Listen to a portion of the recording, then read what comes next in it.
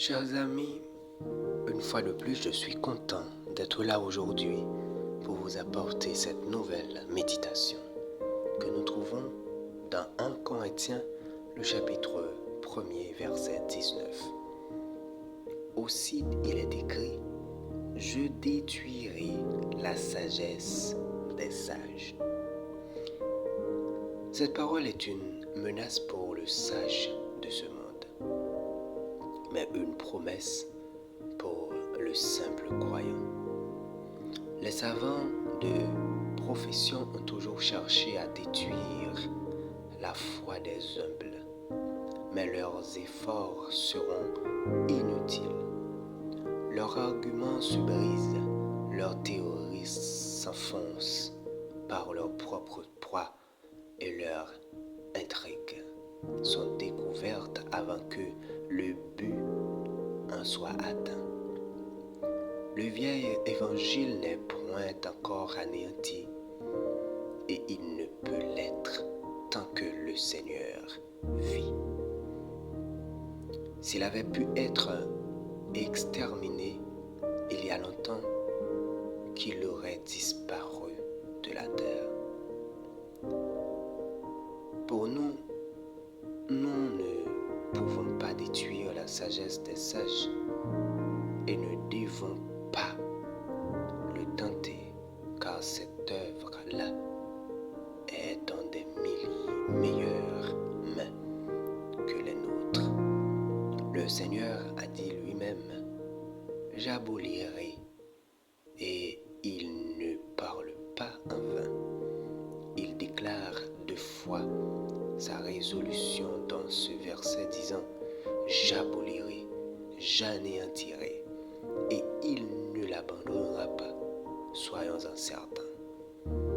De quelle manière il sait balayer la philosophie et la pensée moderne? Quand il y met la main, il détruit à rien ce qui a les plus belles apparences et le consume comme du bois, du foin ou de la paille. Il est écrit que ce n'est ce qu'il fera et il en sera ainsi.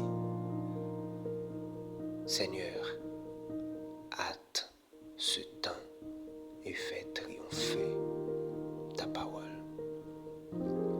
Dans ce monde, Seigneur, nous avons tant souffert, mais nous savons qu'au milieu de cette folie, nous savons qu'au milieu de cette soi-disant folie des hommes qui se font passer pour le maître de la terre, toi, ta sagesse règne et régnera encore.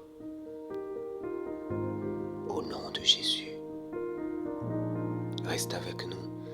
Fais en sorte que, Seigneur, nous ne nous laissons pas être balayés, être méprisés, être anéantis ou par cette folie, mais fais en sorte que, Seigneur, ta sagesse, oui, fais en sorte que ta sagesse règne en nous, car sans cette sagesse, nous ne pouvons exister, car sans cette sagesse, nous allons nous laisser envahir par la folie du monde, qui est cette soi-disant sagesse des hommes. Mais quand tu es là, quand ton Saint-Esprit nous guide, quand ton Saint-Esprit nous aide à connaître le chemin, nous savons bien que la sagesse du monde ne peut nous entraîner dans des mauvaises choses. Que, Seigneur, ta sagesse nous habite au nom de Jésus. Amen.